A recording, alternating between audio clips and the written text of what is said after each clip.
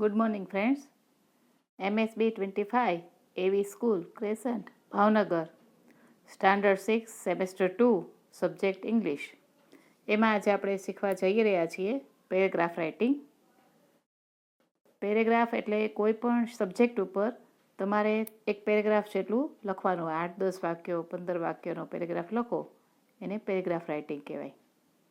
છઠ્ઠા ધોરણમાં તમને ઇંગ્લિશમાં થોડું લખતા આવડવું જોઈએ. જેમ તમે ગુજરાતી હિન્દીમાં નિબંધ લખો છો એવી રીતે ઇંગ્લિશમાં નિબંધ કરતાં થોડો નાનો, એટલા માટે આપણે એને પેરેગ્રાફ કહીશું. પેરેગ્રાફ લખવાનો છે, શીખવાનું છે. સૌથી પહેલાં હું તમને ટોપિક લઈશ માય સેલ્ફ વિશે. તો માય સેલ્ફ એટલે થાય હું પોતે, મારી પોતાની વિશે, આપણી પોતાની વિશે આપણે પેરેગ્રાફ લખવાનું છે. બરાબર? તો ચાલો જોઈએ આ કઈ રીતે લખાય. જો પહેલું ટોપિક છે, પહેલું સેન્ટેન્સ લખવાનું તમારે માય નેમ ઇઝ. પછી તમે જુઓ છો કે મેં અહીંયા ખાલી જગ્યા મૂકી છે. બરાબર? તો આ ખાલી જગ્યાની અંદર દરેકે પોતાનું નામ લખવાનું છે. પછી સેકન્ડ સેન્ટેન્સ છે માય ફાધર્સ નેમ ઇઝ. તો અહીંયા આગળ તમારે તમારા ફાધર એટલે કે પપ્પાનું નામ લખવાનું છે. પછી થર્ડ સેન્ટેન્સ છે માય મધર્સ નેમ ઇઝ. તો અહીંયા તમારે તમારા મમ્મીનું નામ લખવાનું છે. પછી ફોર્થ સેન્ટેન્સ છે આઈ હેવ બ્લેન્ક ખાલી જગ્યા બ્રધર્સ એન્ડ બ્લેન્ક સિસ્ટર્સ. એટલે મારે છે ભાઈઓ અને બહેનો. તમારે જેટલા ભાઈ હોય એની સંખ્યા અહીંયા લખવાની છે. દાખલા તરીકે તમારે 2 ભાઈઓ હોય તો અહીંયા બ્લેન્કમાં લખવાનું છે 2. બરાબર? પણ આ રીતે લખવાનું, આપણે સ્પેલિંગથી લખવાનું. બરાબર? 2 બ્રધર્સ એન્ડ ધારો કે 1 સિસ્ટર હોય તો 1 સિસ્ટર. બરાબર? આ જે અહીંયા એપ છે એનાથી આવી રીતે લખ્યું છે, તો એ રીતે તમારે લખવાનું છે. પછી છે આઈ સ્ટડી ઇન સ્ટાન્ડર્ડ 6. તો હું છઠ્ઠા ધોરણમાં ભણું છું. સ્ટાન્ડર્ડ 6 એટલે થાય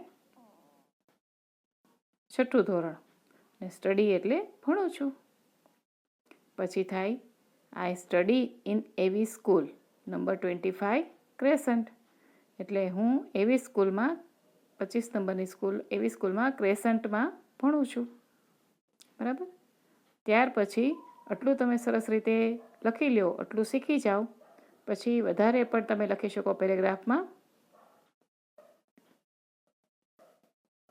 જુઓ અહીંયા છે પહેલું વાક્ય I go to school regularly.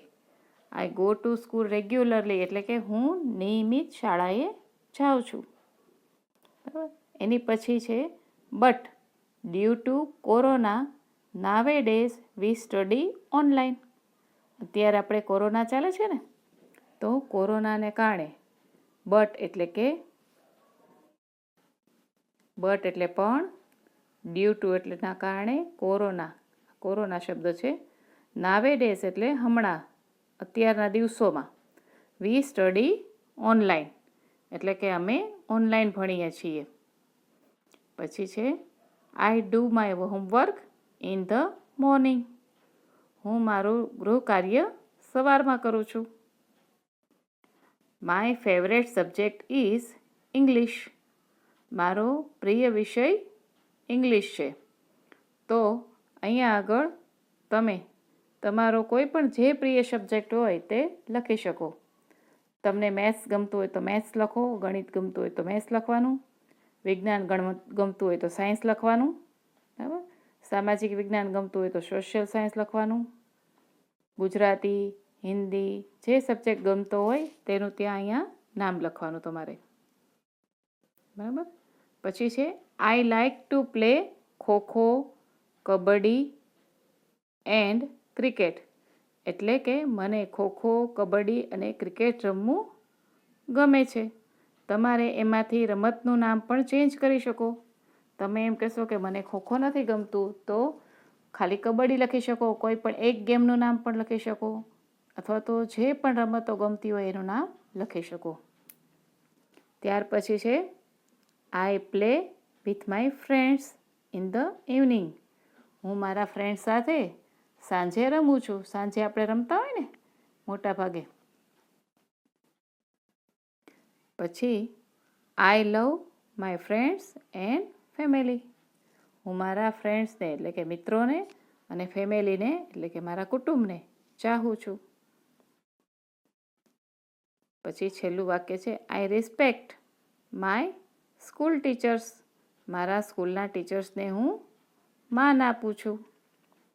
તો અત્યારે આપણે આટલો પેરેગ્રાફ લખશું અને શીખશું.